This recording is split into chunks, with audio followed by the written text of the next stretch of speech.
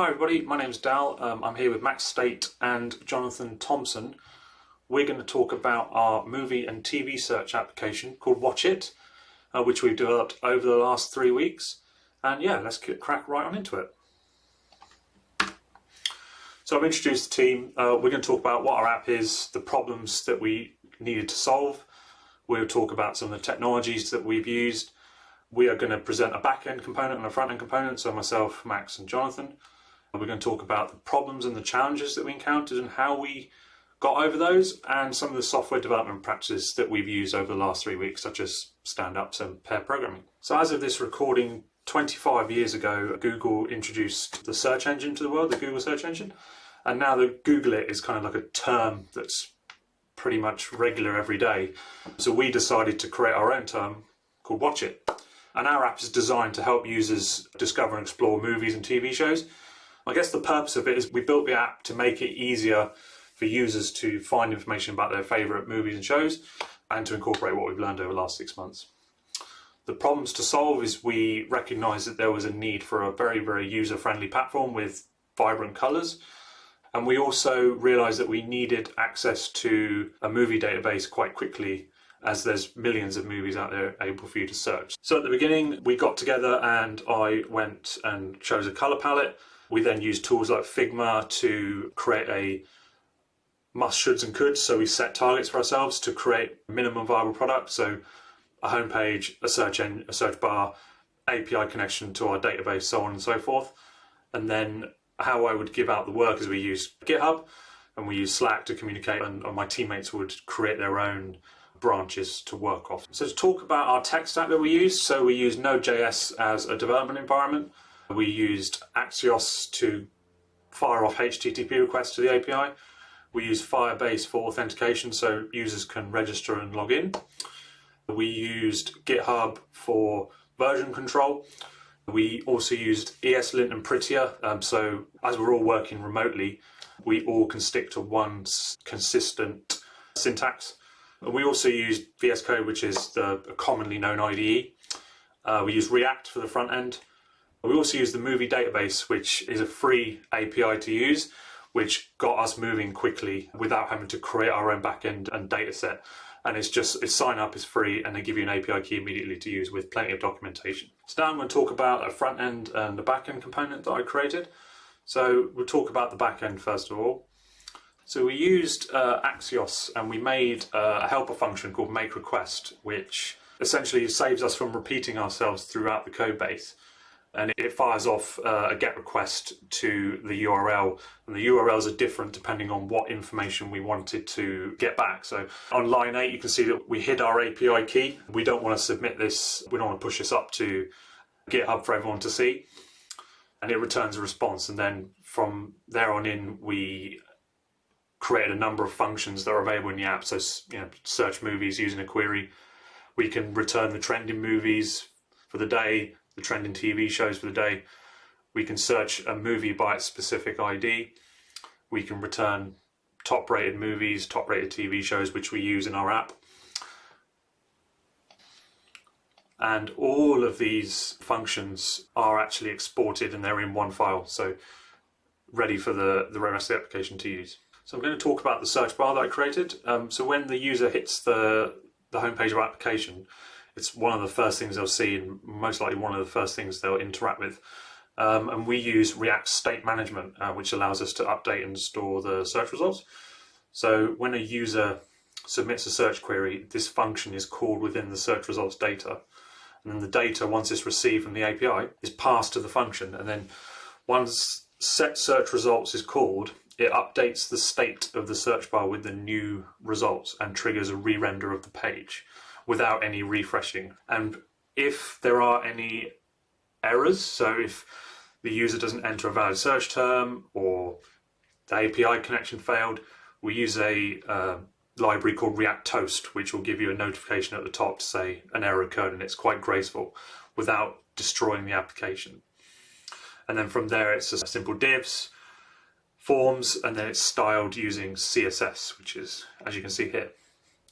So I'm now going to hand you over to Max and Jonathan, who are going to talk about one of the components that they created. Thanks, Dal.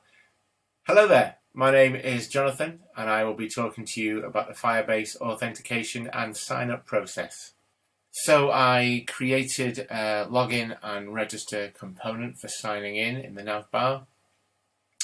If you try to log in and you haven't registered, it will throw some nice looking error notifications, which we achieve using Firebase Hot Toast, which is like a library of much more user-friendly notifications than the standard jargon ones that Dal has previously mentioned. So if I register in the register page, it will trigger an automatic email that sends a link. I'm going to do that and verify that on my phone, and it takes us to the home page, which should render a profile link in the navbar. There it is. Verifying an email is a standard practice and an added security detail. The added timer, you can see, stops the user from pressing it again, as Firebase can't send two requests to the same address within the space of a minute. And we should be able to see that the login details are there and the email's been verified. Time permitting, we could have stored information like the user's favourites, movies, amongst other features, but this is something we can add in the future. Firebase authentication makes the back-end side of this so much easier than setting up a database for the user to store their details. To set up a huge database would have been quite a daunting task for us. The biggest and most useful thing about Firebase is that it is serverless. It's a serverless platform, so conveniently it stores all our data, making use of a much streamlined set of code for us to write, which is good. Basically, it's designed to accelerate app development, and who doesn't want to speed up that process? And also with a fully managed back-end infrastructure. The unit tests were a little bit more complex to test the Firebase functionality of the app components, and a lot of the data had to be mocked.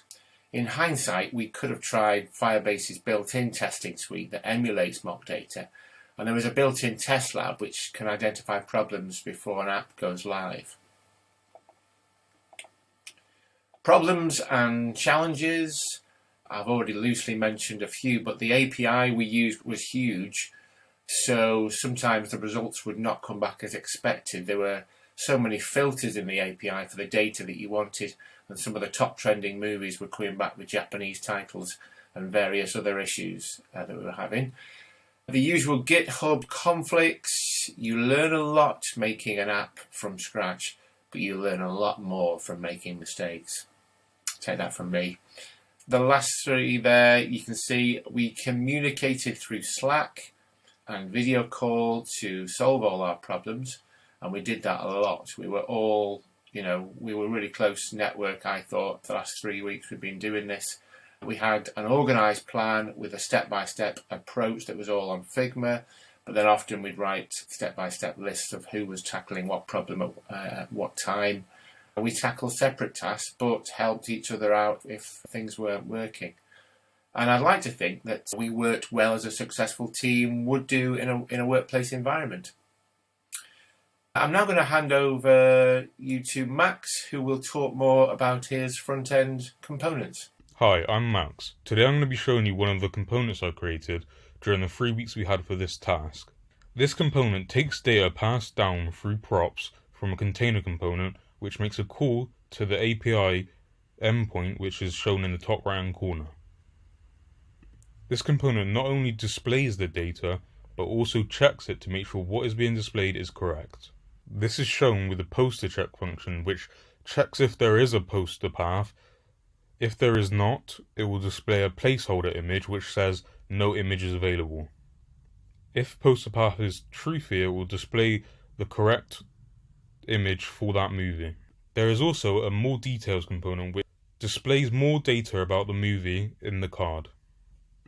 It does this by using the movie ID prop to make another request to the API through a different endpoint. This then returns data which is displayed when the user clicks on the button. Some of the software development practices we used as a team was pair programming and daily stand-ups. These practices helped us because they allowed us to keep on track and know what others are doing whilst we're working on the code remotely. If we had more time, we would have liked to create a function that lets the user store their favorite movies. We would do this by storing the movie ID of the movie that the user has selected in a database in the backend. We would then create a front end which will display those movies in the profile page. I am now going to pass you to Dow, who's going to close out this presentation. Thank you very much, Max and Jonathan. And thank you very much for watching this. I hope you've enjoyed watching this as much as we've enjoyed making this. That concludes our presentation of the Watch It app. We would like to thank our cohort, and we'd also like to thank every single Command Shift lecturer that has sat with us Monday, Wednesdays and Saturdays, giving up their time to help us learn our skills. If you would like to follow us on social media, please feel free to add us on LinkedIn, follow our GitHubs. Please feel free to click on the website and have a look around. We've deployed it to render.com. Alternatively, if you are a developer and you would like to make any changes or improvements, please do feel free to submit a pull request and we'll happily review it.